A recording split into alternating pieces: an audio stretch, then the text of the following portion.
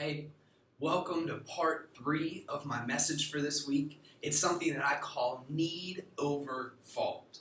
So in parts 1 and 2, we've looked at how God can meet our needs when we provide what we have to Him.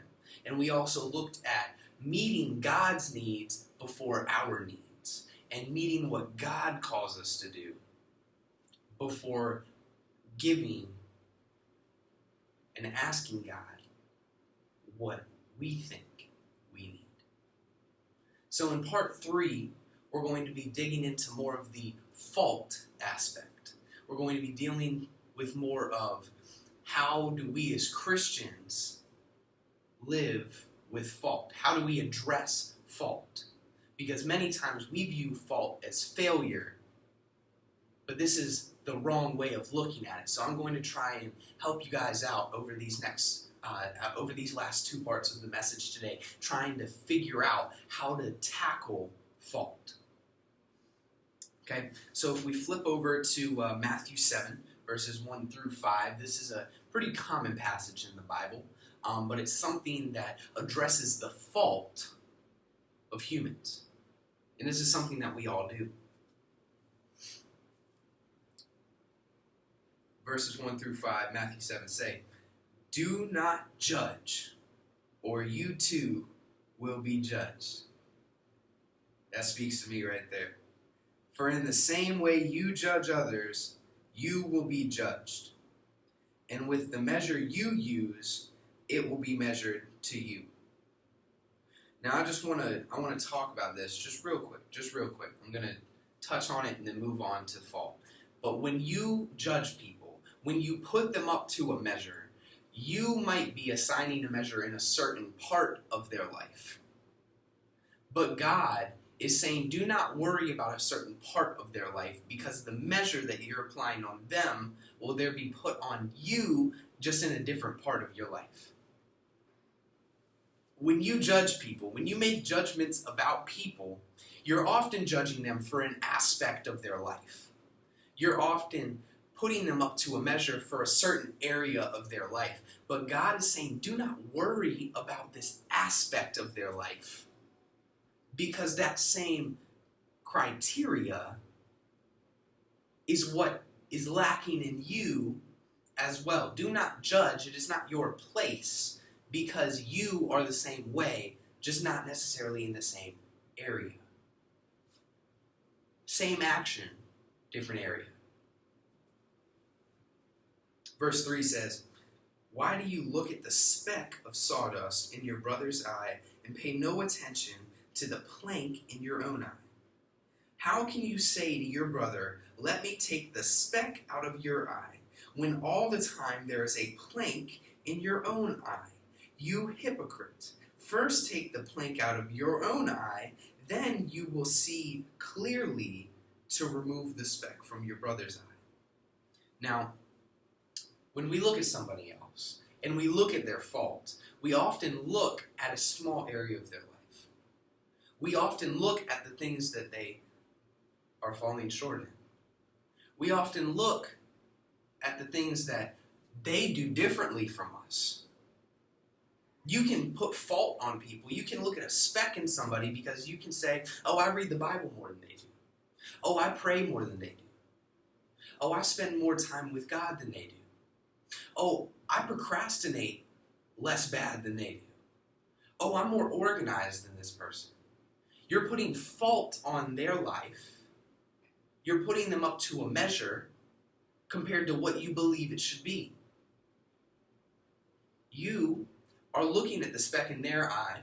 And now, when this says that you have a plank in your eye, oftentimes it's true, because most of the times we can't see what's on ourselves.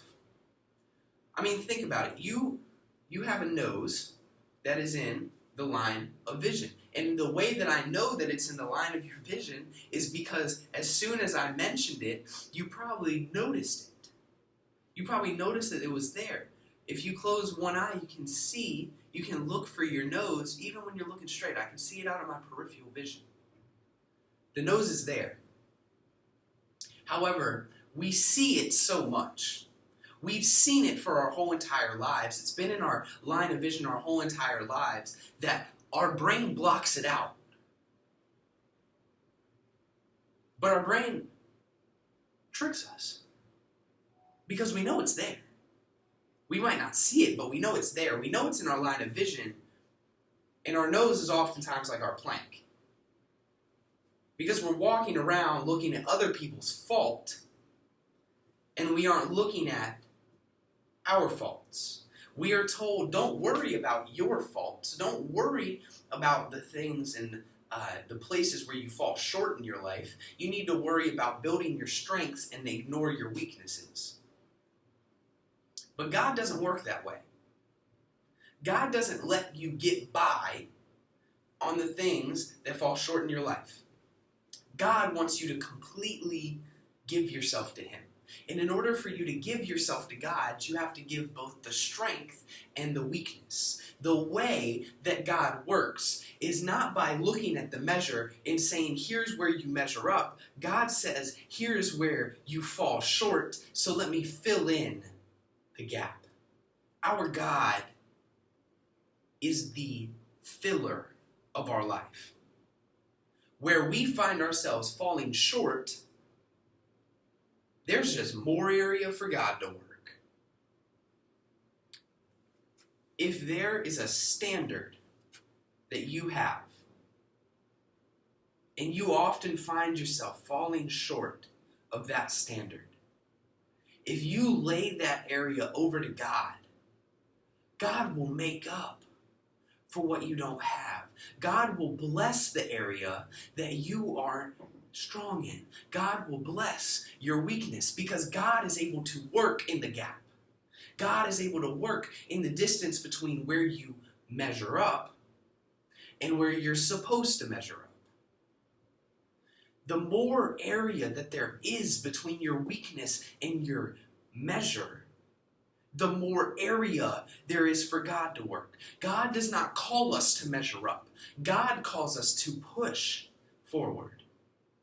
God calls us to push, but then not lose sight that we still aren't where we need to be, so we need God to step in and be that measure for us. We need God to fill that space because we know that we can't do it on our own. We know that we have a plank in our eye, but God, we're working on cutting off the end of the plank. God, we're working on whittling it off so that it gets smaller and smaller. God, we know that there are so many places in our lives that we find weakness, but you find opportunity.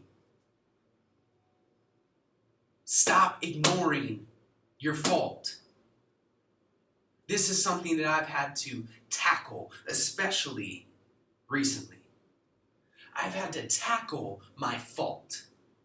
I've had to embrace my shortcomings because I cannot stay in a place where I ignore what is wrong about me. There are many things that I've done that I'm not proud of. There are many things that I've done in my life. There are many aspects of my life. Some of them I've already changed. Some of them I'm working on changing. Some of them I haven't even discovered yet. But one thing that I need to do is allow God to fill in the gap. I know where I should be, and I know where I am. And so I'm going to let God work what He works best in the places where I am the weakest. This is a very simple example, but you guys may see that I come up and preach every week. But I need you to know that I hate reading. I cannot stand reading. I cannot stand writing. But when it comes to God, when it comes to what God is working into my life, God told me to write a book. God's telling me to write a book. I've never read. Well, okay, that's a lie. I have read. I have never wanted to read for like the past 5-6 years. The last time I actually read a book was way back in 7th grade in middle school. That's a long time for me to not read. I've never been that great of a writer.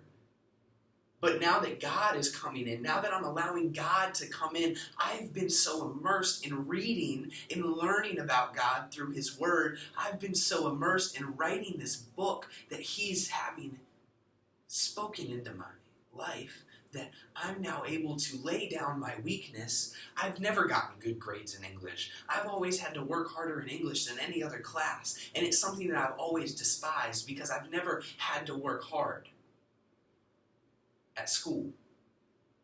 I never really had to work hard at school.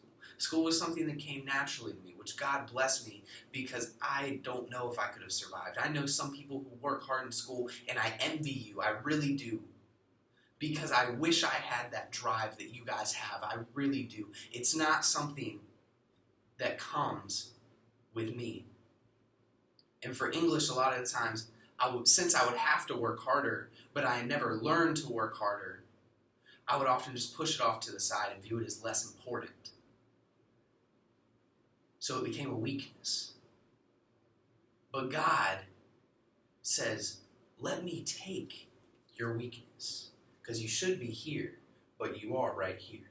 Let me fill in the gap and let me show you what I can do. Let me take your fault and make it into your power. Let me take your shortcoming and make it your success. In part 4, we're going to be tackling a little bit more of this fault and the thing that we view fault as failure and how we need to be seeing fault. So I hope to see you back for part 4 of this message. I'll see you soon.